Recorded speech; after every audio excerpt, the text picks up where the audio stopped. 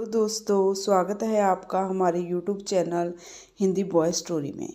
आज भी जब कोई दरवाजे पर अचानक दस्तक देता है तो मेरा दिल उसी तरह कांप उठता है जैसे 10 साल पहले कांपा था।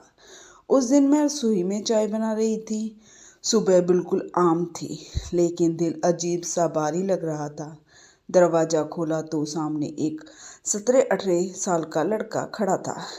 आंखों में झिझक, चेहरे पर थकान और आवाज़ में अजीब सी अपनापन। उसने सिर्फ इतना कहा, माँ, क्या आपने मुझे पहचाना? मेरे हाथ से गिलास छूट गया, पानी फर्श पर फैल गया, लेकिन मेरी नज़रें उससे हटी ही नहीं। उसी पल पीछे से दादी शारदा आई। जैसे ही उनकी नज़र उस लड़के पर पड़ी, उसके चेहरे का रंग उड़ गया। वह डर गई, जैसे किसी पुराने जख्म को फिर से कुरेद दिया गया हो। लड़का अंदर बैठा था। उसने एक एक कर वो बातें बताई जो सिर्फ मेरे बेटे आरव को पता था। मेरी डांट, मेरी आदतें, उसके शरीर के निशान। मेरा दिल मान चुका था कि मेरा बेटा लौट आया है। लेकिन दादी की आंखों में खुशी नहीं थी, वहाँ सिर्फ डर था। उस डर की जड़ 10 साल पहले के बसंत उत्सव में थी। सूर्यनगर का मेला, रंगीन झाड़ियाँ, झूले, बांसुरी की आवाज़ और मेरा 5 साल का आरव जो हर झूले पर बैठना चाहता था। मैंने उसका हाथ पकड़ा हुआ था, बस एक पल के लिए छोड़ा, और वही पल मेरी पूरी जिंदगी निकल गया। भीड़, चीख पुकार, पुलिस, थाने, अस्पताल, सब कुछ धुंधला हो गया। आरव कभी नहीं मिला। कहा गया कि बच्चा नहीं मिला, पर सच ये था कि मुझे सच बताया ही नहीं गया। साल बीतते गए, मैं जीती रही, पर माँ नहीं रही। दादी शारदा चुप रही, राघव भी, और मैं उम्मीद में जिंदा रही। जब वह लड़का आया जिससे हम आराम मार बैठे, घर में अजीब घटनाएं होने लगी। उसकी हंसी खोखली थी, उसकी बातें कभी मेल नहीं खाती, और दादी रात रात भर रोती थी।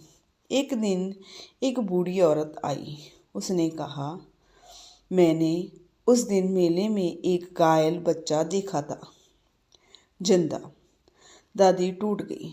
सच बाहर आया, आरव उस दिन मरा नहीं था। आरव ने किसी और बच्चे को बचाया था। भीड़ में एक झूला टूटा। आरव ने उस अनजान बच्चे नीरव को धक्का देकर बचा लिया। खुद चोटिल हो गया। उसे अस्पताल ले जाया गया, वहीं उसकी मौत हुई। राघव और दादी ने मेरा दिल बचाने के लिए मुझसे ये सच छुपाया और अंतिम संस्कार कर दिया। नीरव डर के मारे भाग गया। बच्चों सालों तक मंदिरों गलियों में भटका। आरव की बातें, उसकी आदतें सब याद रखी। धीरे धीरे वही उसकी पहचान बन गई। मैं माफ़ी मांगने नहीं आया था, वह सच बताने आया था। उस रात मैंने सपना देखा। आरव मुस्कुरा रहा था। उसने कहा, माँ, इसे अपना लो, यही मेरी आखिरी भलाई है। सुबह मैंने नीरव को गले लगाया, पहली बार बिना डर, बिना सवाल। हमने उसका नाम नहीं बदला, क्योंकि हर इंसान की पहचान उसकी होती है। आरव कभी वापस नहीं आएगा, लेकिन उसकी सच्चाई, अच्छाई, उसकी दया नीरव के रूप में हमारे घर में जिंदा है। और शायद यही सच है, कुछ रिश्ते खून से नहीं, कर्ज और प्यार से बनते हैं। अगर आपको ये स्टोरी अच्छी लगी प्लीज़ मेरे चैनल को सब्सक्राइब, लाइक एंड शेयर ज़रूर करना। स्टोरी को पूरा देखने के लिए आपका बहुत बहुत धन्यवाद।